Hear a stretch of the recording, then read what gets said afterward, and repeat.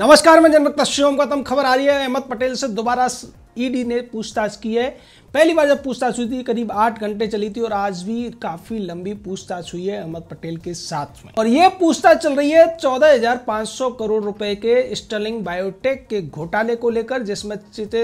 चेतन संदेशरा, नितिन संदेशरा और उनकी बहन दीप्ति संदेशरा शामिल थे। और इन लोगों को घोटाले में मदद की थी अहमद पटेल ने। इसके पूरे सबूत अब ईडी के पास पहुंच चुके हैं। अहमद पटेल के बारे में आप सभी जानते हैं कि ये सोनिया गांधी का सबसे खास आदमी था और इसको क्रिश्चियन मिशेल ने भी अपने जो डिटेल दी थी उसमें आईपी के नाम से इसको मेंशन किया था, जो कि अगस्ता वेस्टलैंड घोटाले में नाम आया था। और उसमें सोनिया को एसजी करके भी बताया गया था, आरजी करके राहुल को बताने की कोशिश की गई थी। लेकिन यहाँ तो पूरा का पूरा मामला एकदम शीशे की तरह साफ होता हुआ दिखाई दे रहा है। संदेशरा ग्रुप को फायदा पहुंचाने के लिए अहमद पटेल ने किस तरीके से साजिश रची, किस तरीके से अहमद पटेल का जो मदर टेरेसा क्रेसेंट पर घर है उसका भी इस्तेमाल हुआ, अब ये बात भी सामने आ रही है। दरअसल संदेशरा बंधुओं ने आंध्रा बैंक से पहले करीब 5,500 करोड़ रुपए का लोन लिया और उसके बाद में उसने अन्य बैंकों से भी लोन लिया और इस तरीके से कई बैंकों को चूना लगाते हुए ये लोग 14,500 करोड़ रुपए का बड़ा घोटाला करके जब इसकी जांच शुरू होने वाली थी तभी भाग चुके थे।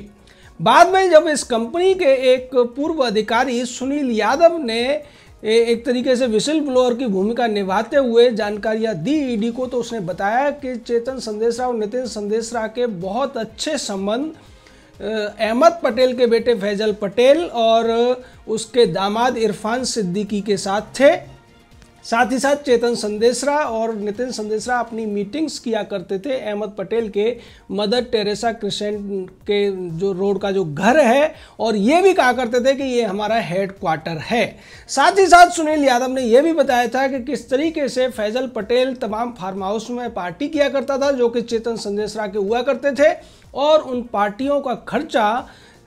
चेतन संदेशरा जो उठाया करता था। और एक पार्टी का जिक्र करते हुए उसने ये भी बताया कि करीब 10 लाख रुपए एक दिन की पार्टी का खर्चा आया था। वहीं दूसरी तरफ इरफान सिद्दीकी की अगर बात की जाए तो इरफान सिद्दीकी के लिए भी चेतन संदेशरा और नितिन संदेशरा ने एक बड़ी प्रॉपर्टी खरीदी थी बसंत विहार में, जिसपे अभी भी इरफान सिद्दीकी का कब्जा है जो कि अहमद पटेल का दामाद है। आप समझ सकते हैं कि कांग्रेस के नेताओं की किस तरीके से ये पूरी की पूरी मोडस ऑपरेंडाई रही है, यानी कि काम करने का तरीका रहा है। वो रिश्वत लेते हैं लेकिन अपने दामाद, अपनी बेटी, अपने बेटे के मार्फत या उनकी कंपनियों के मार्फत। ऐसा ही चिदम्बरम के मामले में हुआ था और यही वजह थी जब अहमद पटेल से पूछताछ की बात आई थी तो चिदम्बरम सबसे पहले उसके बचाव में आया था और उसने ये कहने की कोशिश की थी कि जब आज देश कोरोना से लड़ने की कोशिश कर रहा है लेकिन मोदी सरकार अभी भी राजनीतिक लोगों से बदला चुकाने की कोशिश कर रही है। और अब जिस तरीके से इस पूरी जांच में सामने आ रहा है कि किस तरीके से चेतन संदेशरा, नितिन संदेशरा को फायदा पहुंचाया गया, बैंकों को सिफारिश की गई और उसके लिए घर भी इस्तेमाल हुआ अहमद पटेल का, साथ ही साथ उसके बेटे और दामाद ने इन तीनों भगोड़े लोगों को जिनकी कंपनी थी स्टर्लिंग बायोटेक उसको मदद की। और अब तक जिस तरीके से बात हो रही थी नीरव मोदी, मेहुल चोकसी की, उनसे भी बड़ा घोटाला इन लोगों ने किया। सीधे तौर पर इस पूरे मामले में एक और चीज़ का बड़ा खुलासा किया सुनील यादव ने और ये कहा कि किस तरीके से चेतन संदेशरा और नितिन संदेशरा इरफान सिद्दीकी और फैजल पटेल को कोड नेम से बुलाया करते थे। वो इरफान सिद्दीकी को I2 के नाम से और फैजल पटेल को I1 के नाम से बुलाया करते थे, यानी कि किसी को पता भी न चले और इन लोगों को वो आराम से जो रकम दे रहे हैं या जो कुछ भी फायदा पहुंचा रहे हैं वो उसको ध्यान में भी रख सकें।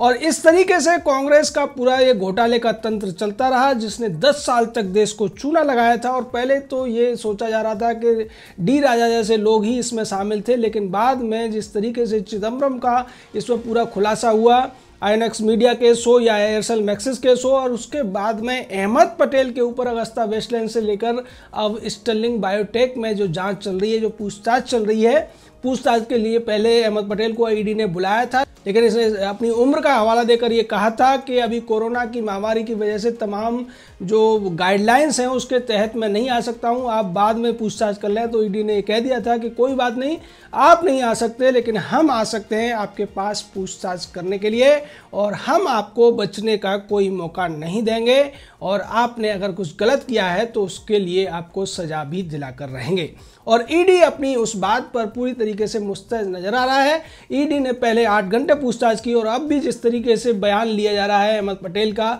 आज जो बयान लिया गया उसके बाद हो सकता है कि उसमें भी अगर कुछ बच जाता है या अहमद पटेल बरगलाने की कोशिश करता है, बहकाने की कोशिश करता है, तो निश्चित तौर पर ईडी फिर से अहमद पटेल से पूछताछ करेगी। और ये पूछताछ जो है एक तरीके से पुष्टि के लिए की जाती है कि जो बातें सुनील यादव या दूसरे लोगों ने बताई हैं वो बातों में और अहमद पटेल जो कह रहा है उसमें कितना अंतर है।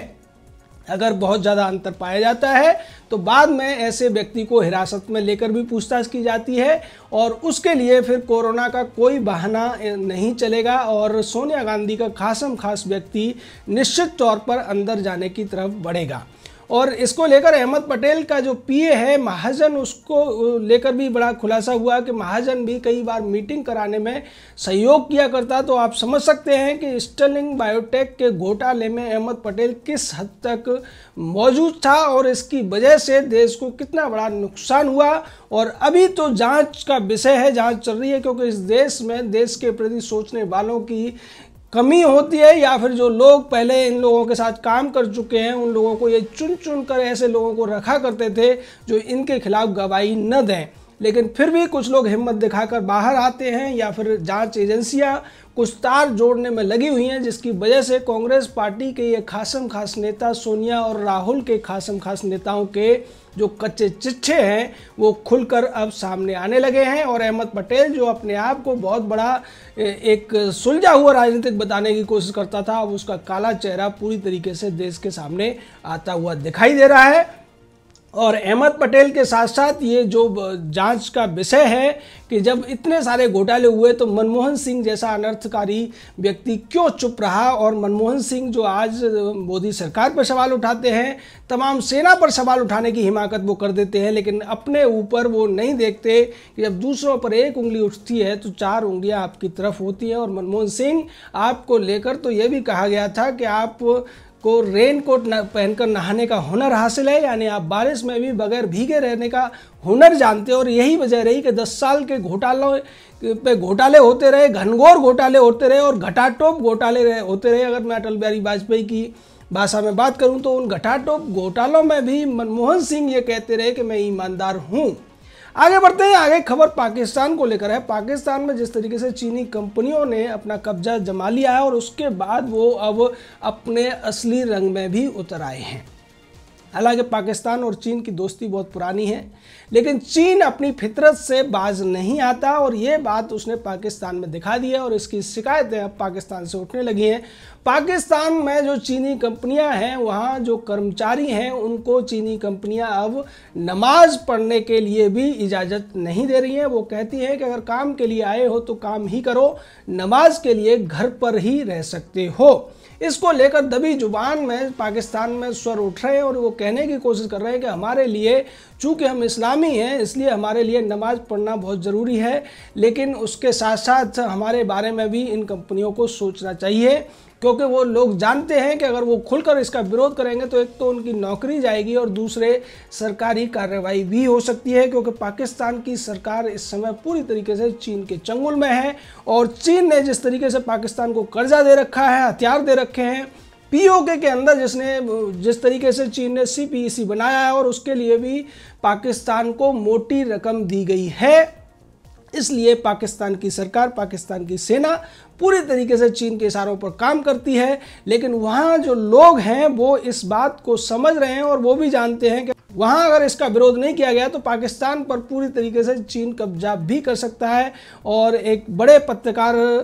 फरीद जकारिया ने भी कहा कि जिस तरीके से पाकिस्तान को कब्जे में लेने की कोशिश चीन कर रहा है उसकी पोल खुल चुकी है और कोरोना महामारी के द्वारा जिस तरीके से चीन ने पूरी दुनिया को तबाह करने की कोशिश की और उसके बाद सीमा विवाद बढ़ाने की कोशिश की भारत के साथ में, लेकिन अब दुनिया की तमाम ताकतें चीन के खिलाफ इकट्ठी होती हुई नजर आ रही हैं और इसकी वजह से चीन को आने वाले भविष्य में भारी नुकसान उठाना पड़ सकता है। वहीं दूसरी तरफ अगर पाकिस्तान की बात की जाए तो पाकिस्तान का जो हश्र होना है वो तो वहाँ की जनता भी समझ रही है कि किस तरीके से तिब्बत की तरह ऐसा हो सकता है कि चीन अब पाकिस्तान की तमाम ज़मीनों पर अपने दावे भी करना शुरू कर दे। पाकिस्तान पहले ही जो जम्मू कश्मीर का एक हिस्सा था उसको चीन को बेच चुका है और अब जिस तरीके से पीओके के अंदर होके या गिलगित बाल्टिस्तान के होकर अंदर से जब चीन ने सीपीईसी बनाया है उसको भी लेकर बातें ये हो रही हैं कि ये ज़मीनें भी पाकिस्तान चीन को बेचना चाहता है, क्योंकि उसे पता है कि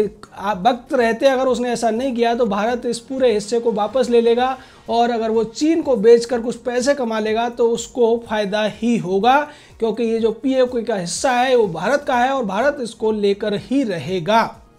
ऐसी स्थिति में चीनी कंपनियां जो कुछ पाकिस्तान में कर रही हैं उसका पाकिस्तानी सरकार न तो विरोध कर रही है बल्कि आंखों पर पट्टी बांधकर बैठी है, जैसा कि उसने उइगर मुसलमानों के मामले में किया था और अब वही स्थिति उसके यहाँ खुद होने जा रही है, उसकी खुद की ज़मीन पर ऐसा हो रहा है। तो निश्चित तौर पर आप समझ सकते हैं कि चीन किस तरीके से अपनी नीतियों को आगे बढ़ाने में कामयाब होता हुआ दिख रहा है, खासकर पाकिस्तान में। जय हिंद, जय भारत।